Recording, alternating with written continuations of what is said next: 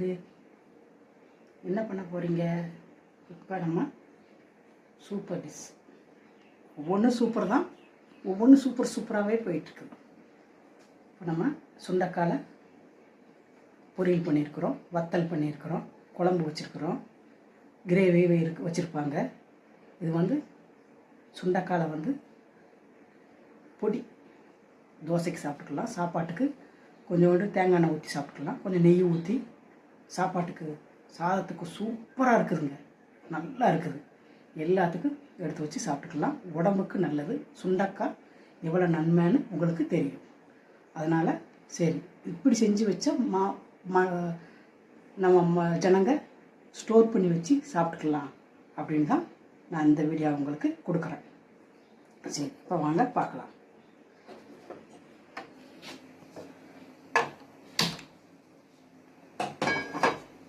கடாயை வச்சாச்சுங்க. இந்த உளுந்து இந்த அளவில் போட்டுக்கோங்க. இந்த அளவில் உளுந்து போட்டு கொஞ்சம் கூட போடலாம். இந்த அளவில் போட்டுக்கணும்.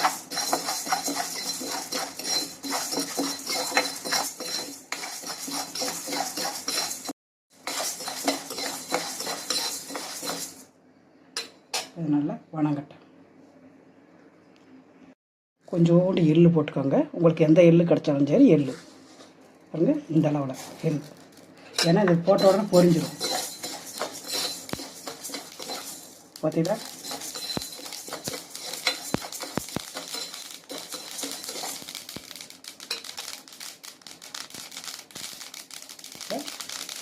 எடுத்துக்கலாம். அடுத்து கடாயை வச்சுக்கோங்க. லைட்டாக எண்ணெய் லைட்டாக ஊற்றிக்கோங்க, நிறையா வேண்டாம். ஏன்னா எள்ளில் மக்களை, எள்ளில் அந்த எள்ளில் கொஞ்சம் ஈரப்பசம் இருக்கும். ஆனால் லைட்டாக ஊற்றி எல்லாத்தையும் நம்ம இப்போ இதை வறுத்து எடுத்துக்கலாம். இந்தளவு மட்டும் ஜீரகம் போடுங்க, நல்லா இருக்கும், நல்லா டேஸ்ட்டாக இருக்கும். கொஞ்சோண்டு தான் நம்ம தாளிக்க போடுற மாதிரி தான் இது. கொஞ்சோண்டு ஜீரகம், இந்தளவு வரமிளகா, இந்தளவு வரமிளகா,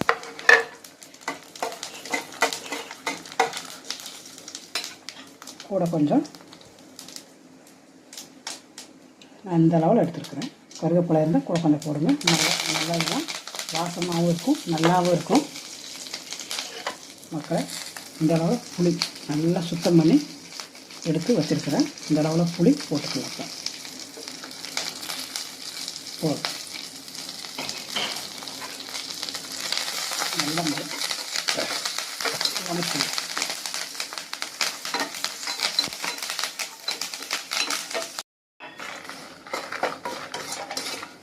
நம்ம பெருங்காயம் வந்து பொடி தான் போடுற மக்களே, அதனால் லாஸ்ட்டாக போட்டுக்கலாம். இந்த இவ்வளோ பூண்டு போட்டுக்கிறேன், பூண்டையும் போட்டுக்கலாம்.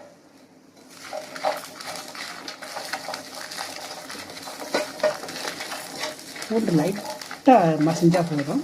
நம்ம ஸ்டவ் இப்போ ஆஃப் பண்ணிட்டேமும் கிண்டிக்கலாம். பார்த்தீங்கன்னா சலன்னு எல்லாம் சவுண்டு கேட்குது. சத்தம் கேட்குதா? சலன்னு கேட்குது பாருங்க.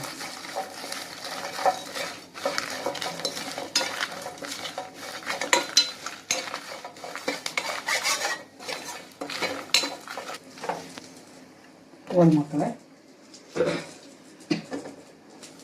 இதை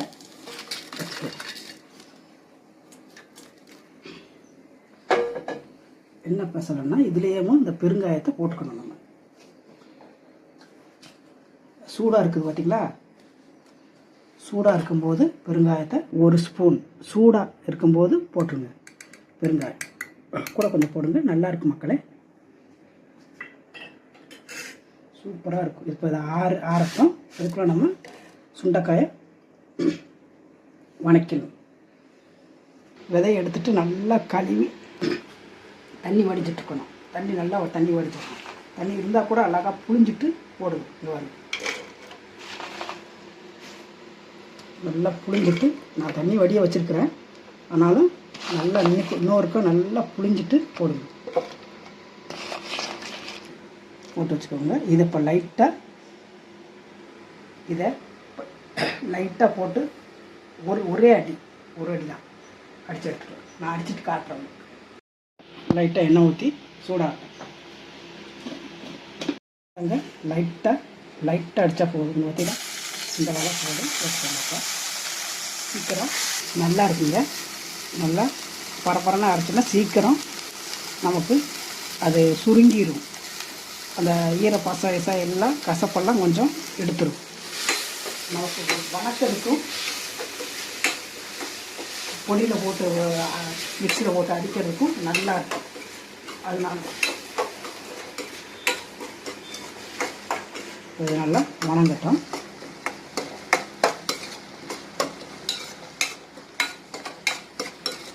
நல்லா வணங்கிட்டு நம்ம வீட்டில் மாடி தோட்டத்தில் வந்திருக்கு மக்களே. இந்த காய் சூப்பர் டேஸ்ட்டு மக்களே. வெளியே மார்க்கெட்டுக்கு வருது, நாங்கள் வாங்குகிறோம். அந்த காய் என்னடான்னா என்ன செஞ்சால் இது வந்து நல்லா இருக்குது. காய் சூப்பர் டேஸ்ட்டாக இருக்குது. ஆனால் ஆர்கானிக்கு தான் நாங்கள் வளர்க்குறோம், மாடியில் வச்சுருக்குறோம். ஆல்ரெடி உங்களுக்கு ஒரு வீடியோ போட்டுருக்குறேன். நான் அறுவடையும் போட்டுருக்குறேன். நான் இது எப்படி அறுவடை பண்ணலாம் அப்படிங்கிறது நான் போட்டுக்கிறேன். சரி, இப்போ நல்லா வணக்கலாம்.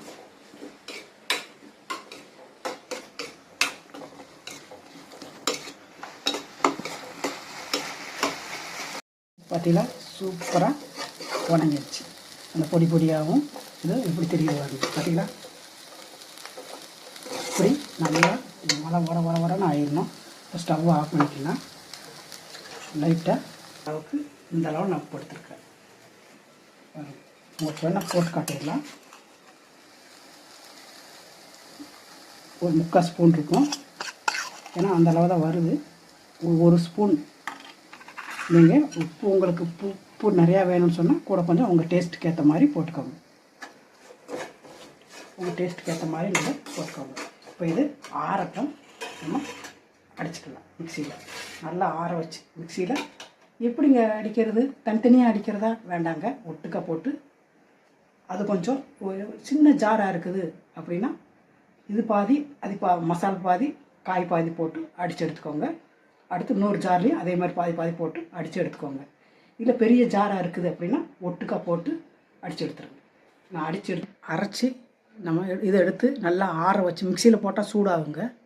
அதை எடுத்து நீங்கள் ஒரு கிண்ணத்தில் ஒரு தட்டில் பரத்த தட்டில் போட்டு நல்லா ஆற வச்சு ஒரு பாட்டிலில் எடுத்து வச்சுக்கோங்க மக்களே.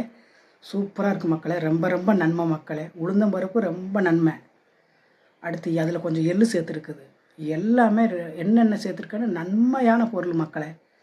சுண்டக்காய் அதோட நல்லது, உங்களுக்கு தெரியும். நீங்கள் இந்த மாதிரி செஞ்சு நல்லா எடுத்து ஃப்ரிட்ஜுக்குள்ளே வச்சுக்கிறீங்களோ வெளியே வச்சுக்கிறீங்களோ வச்சுக்கிட்டு சாப்பிடுங்க. எல்லார் மக்களும் ட்ரை பண்ணுங்கள் மக்களே. நம்ம சேனலை மறக்காதீங்க, தமிழ் கிரேக்.